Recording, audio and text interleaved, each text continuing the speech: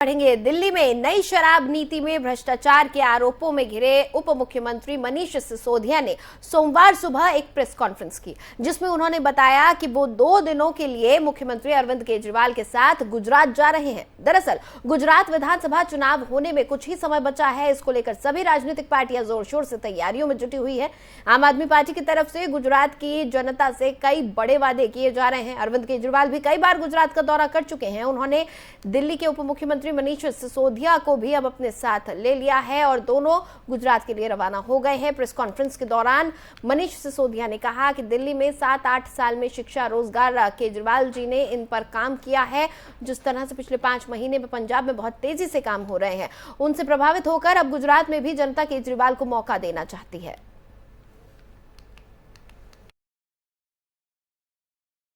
2 दिन के दौरे पर गुजरात जा रहा हूं और जिस तरह से दिल्ली में पिछले 7-8 साल में काम हुए हैं, शिक्षा पे, स्वास्थ्य पे, रोजगार पे काम किए अरविंद केजरीवाल जी ने, महंगाई से लड़ने में दिल्ली के लोगों की मदद हुई है। और जिस तरह से अब पिछले 5 महीने में पंजाब में बहुत तेजी से काम हो रहे हैं, उसी क्षेत्र में, शिक्षा में, स्वास्थ्य में, महंगाई से लड़ने में, रोजगार में, किसानों के लिए, उनसे प्रभावित होकर गुजरात की जनता भी अब केजरीवाल जी को एक मौका देना चाहती है। और मैं भी आज अरविंद केजरीवाल जी के साथ 2 दिन के लिए गुजरात जा रहा हूं। 2 दिन गुजरात में अलग अलग जगहों पर रहेंगे और वहां भी लोगों से यही अपील करेंगे कि 2 दिन के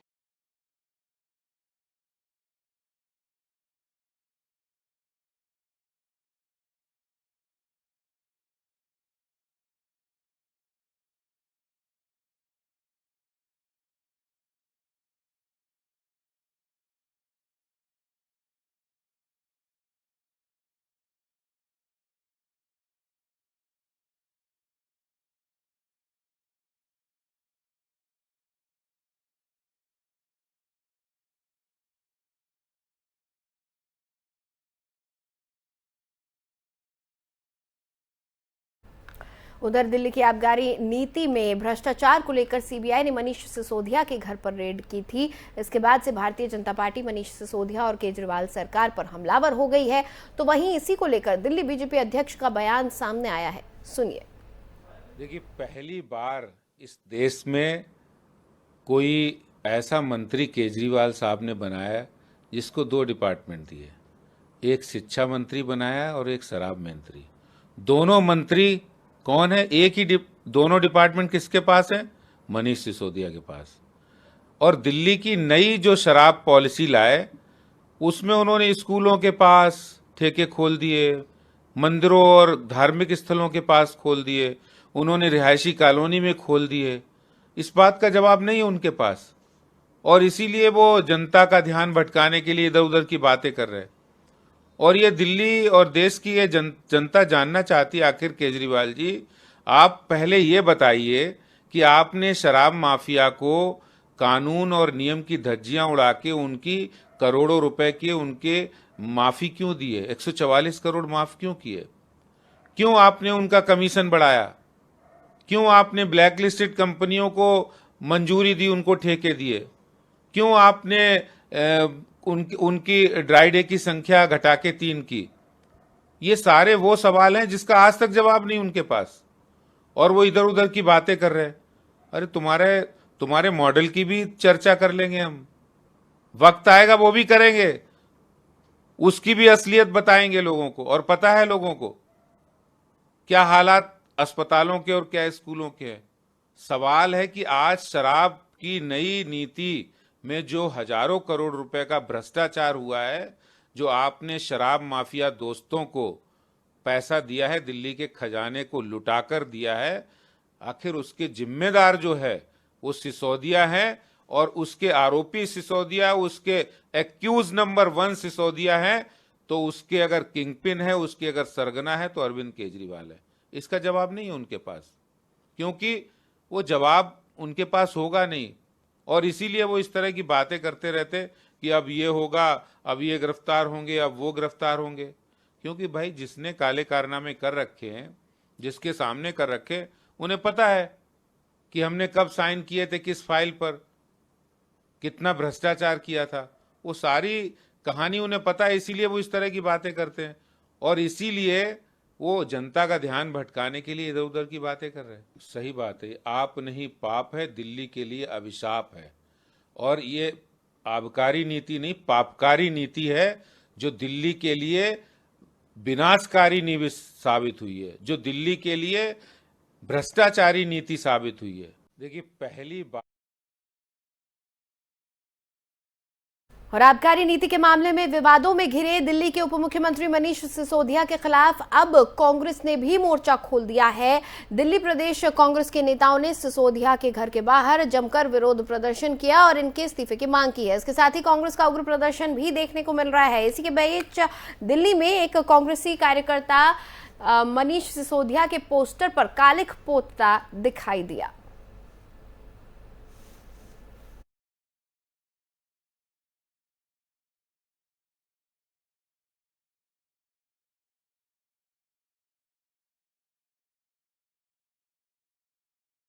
चलिए आगे बढ़ेंगे। अब बात पटना की कर लेते हैं। पटना में सीटीईटी और बीटीईटी के अभ्यर्थियों ने खूब बवाल किया, तो वहीं पुलिस ने भी मोर्चा संभाला और इसके बाद उन्हें पुलिस ने खदेड़ कर भगा दिया। अभ्यर्थी अपनी नौकरी की मांग को लेकर पहुंचे थे। उनकी मांग है कि सीटीईटी और बीटीईटी के सभी क्वालिफाइड अभ्यर्थियों की बहाली जल्द से जल्द की जाए। अभ्यर्थियों का सड़कों पर भी लगातार प्रदर्शन जारी रखा। इस बीच अभ्यर्थियों को वहां से खदेड़ने के लिए लाठी डंडों का इस्तेमाल करना पड़ा, बलपूर्वक उन्हें वहां से हटाया गया है। वाटर कैनन्स का भी इस्तेमाल किया गया। तो तस्वीरें हम आपको लगातार दिखा रहे हैं किस तरह से यहां पर बीटीईटी और सीटीईटी के जो अभ्यर्थी हैं वो नौकरी की मांग कर रहे थे, लेकिन नौकरी के बजाय उन्हें लाठी डंडे मिले हैं। और ये तस्वीरें हम आपको दिखा रहे हैं। ये एक ऐसे ही अभ्यर्थी की तस्वीरें हैं जो हाथ में झंडा लिए प्रदर्शन यहां पर कर रहा था, लेकिन उसे बलपूर्वक यहां से खदेड़ दिया गया और काफी चोट भी इस शख्स को आई है। लाठी डंडे इसके ऊपर बरसाए गए हैं और लाठी डंडे बरसाए हैं एडीएम ने। एडीएम द्वारा इस शख्स पर लाठी डंडे बरसाए गए, जबकि ये अपनी मांग कर रहा था, नौकरी की मांग कर रहा था। बता रहा था कि 4 साल से ये नौकरी के लिए तलाश रहा है, नौकरी तलाश रहा है, लगातार अप्लाई कर रहा है, लेकिन अब तक इसके हाथ नाकामी ही लगी है।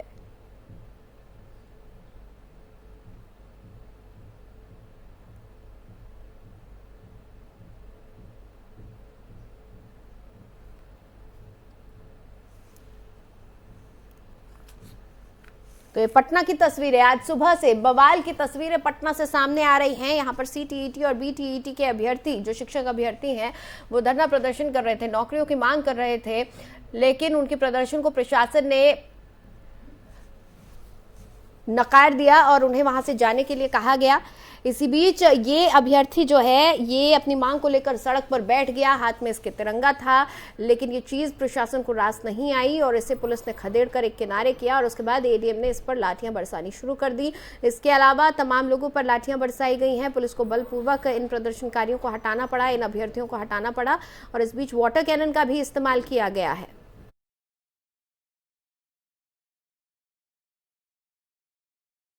इसी खबर पर हमारे साथ चित्तरंजन जी जुड़ चुके हैं, जो कि आरजेडी से संबंध रखते हैं। सर, बहुत बहुत स्वागत है आपका। चित्तरंजन जी, मेरी आवाज आ रही है आप तक? तो टेक्निकल दिक्कत की वजह से चित्तरंजन जी से हमारी बात नहीं हो पा रही है। हम फिर से उनसे बात करने की कोशिश करेंगे। तस्वीरें हम आपको दिखा रहे हैं लगातार, पटना की ये तस्वीरें हैं।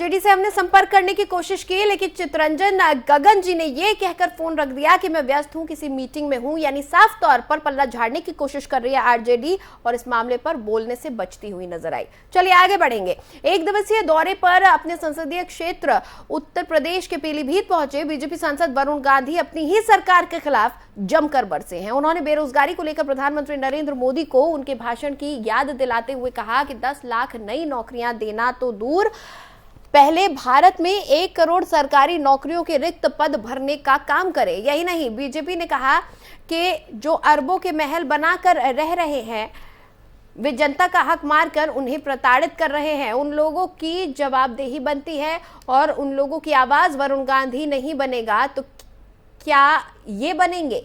वरुण गांधी ने कहा कि मैंने इस राष्ट्र का झंडा उठाने का संकल्प लिया है। हम लोग भ्रष्टाचार के खिलाफ बोलते हैं। हम जनता की ईमानदारी और राष्ट्रभक्ति, ये 2 सगी बहनें हैं। अगर ईमानदारी नहीं होती तो राष्ट्रभक्ति नहीं होगी। जो लोग कमीशन खाते हैं, जो लोग पहले कच्चे मकानों में रहते थे, वो लोग जनप्रतिनिधि बनने के बाद अरबों के महल बना रहे हैं, कॉलोनियां काट रहे हैं। मैं राजनीति में इसलिए नहीं आया कि राजनीति एक पेशा है, मैं राजनीति में कुछ बनने आया हूं। मुझे इस देश के मिट्टी की खुशबू अच्छी लगती है, इसलिए आया हूं।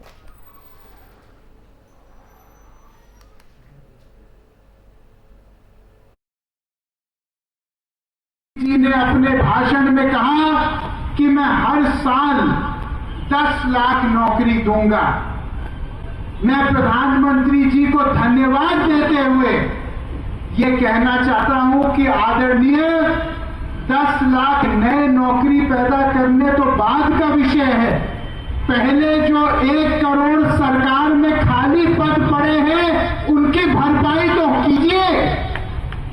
जी ने अपने और अब बात मध्य प्रदेश की कर लेते हैं, जहां पर नागदान उन्हेल मार्ग पर एक सड़क हादसे में 4 बच्चों की मौत हो गई है और 11 बच्चे घायल हो गए हैं। स्कूली वैन बच्चों को लेकर स्कूल जा रही थी, तभी एक तेज रफ्तार ट्रक ने उसमें टक्कर मार दी। जानकारी के मुताबिक वैन में बैठे बच्चे नागदा के फातिमा कॉन्वेंट स्कूल के थे। जब वैन बच्चों को लेकर स्कूल जा रही थी तभी सामने से गलत दिशा से आ रहे ट्रक ने वैन को टक्कर मार दी। टक्कर इतनी भयावह थी कि वैन का अगला हिस्सा पूरी तरह से पिचक गया।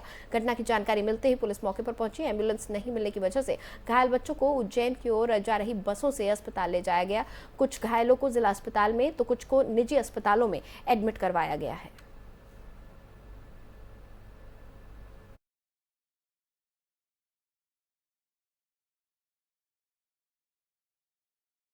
और मध्य प्रदेश के कई जिलों में बीते 2 दिनों से भारी बारिश जारी है। राजधानी भोपाल में बीते 36 घंटे से लगातार बारिश हो रही है। बारिश के कहर के चलते जनजीवन अस्त व्यस्त हो गया है। अति भारी बारिश और तेज हवाओं के कारण कई जगहों पर पेड़ धराशायी हो गए हैं।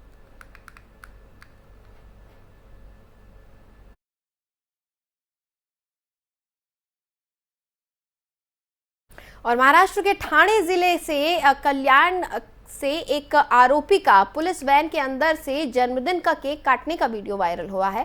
आरोपी को सुनवाई के लिए एस्कॉर्ट वैन में अदालत ले जाया जा रहा था और पुलिस ने इस मामले की जांच शुरू कर दी है। पुलिस ने मामले में कहा है कि उल्लासनगर में रोशन झा ने अदालत परिसर के पास तैनात पुलिस एस्कॉर्ट वैन में केक काटकर अपना जन्मदिन मनाया, जिसे उसके दोस्त लाए हुए थे। उन्होंने कहा कि उसे अदालत में लाने वाली पुलिस एस्कॉर्ट टीम ठाणे ग्रामीण पुलिस की थी और इस मामले की अब जांच की जा रही है।